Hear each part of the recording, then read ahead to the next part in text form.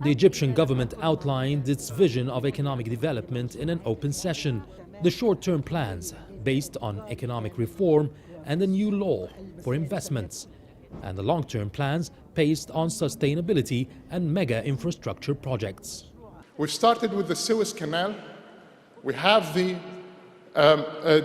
agricultural projects, projects in the infrastructure, in transportation, in water treatment, in seaports developments, in roads developments, you name it. It's an endless, I would say almost infinite, unlimited list of investment opportunities throughout the entire realm and spectrum of doing business. As renowned dignitaries gave their speeches to the summit at the main venue, deals were being struck in the Congress Center. Energy projects stole the show in the morning. Contracts to establish power stations with United Arab Emirates and Saudi Arabia totaled $9 billion. There were $10 billion from Siemens and $2 billion with China for more power stations. While Eni, Petroleum and BP signed oil and gas exploration projects and concessions worth $17 billion. The European Union, the oldest and largest trader with Egypt, seems to be enthusiastic to return on the negotiating table with more investments in the conference. Let's see the implementation of all of this.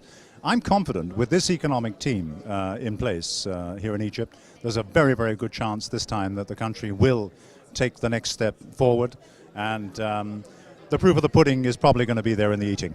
Egypt is suffering from an acute energy crisis, and the deals could go a long way in covering the country's needs. Power and energy were not the only focus of attention, but the largest deals that were signed were actually in the real estate sector, such as the one here, the new capital of Egypt that has cost $45 billion. The new capital is over 700 square kilometers, nearly the size of Singapore.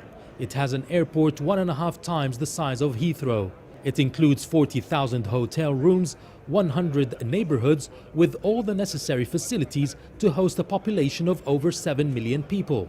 Another mega project is a $24 billion residential and touristic city on a 2,800 fedans in the north coast on the Mediterranean Sea, and it will include the largest man-made lake in the world.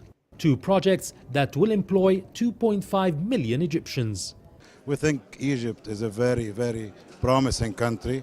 You have around 1 million new consumer every year with the rate of birth that they have now.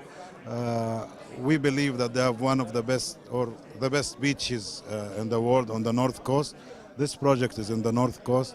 Marina is a prime name already, and we are trying to create additional city on top of the city of Marina. We are very bullish on that, yeah.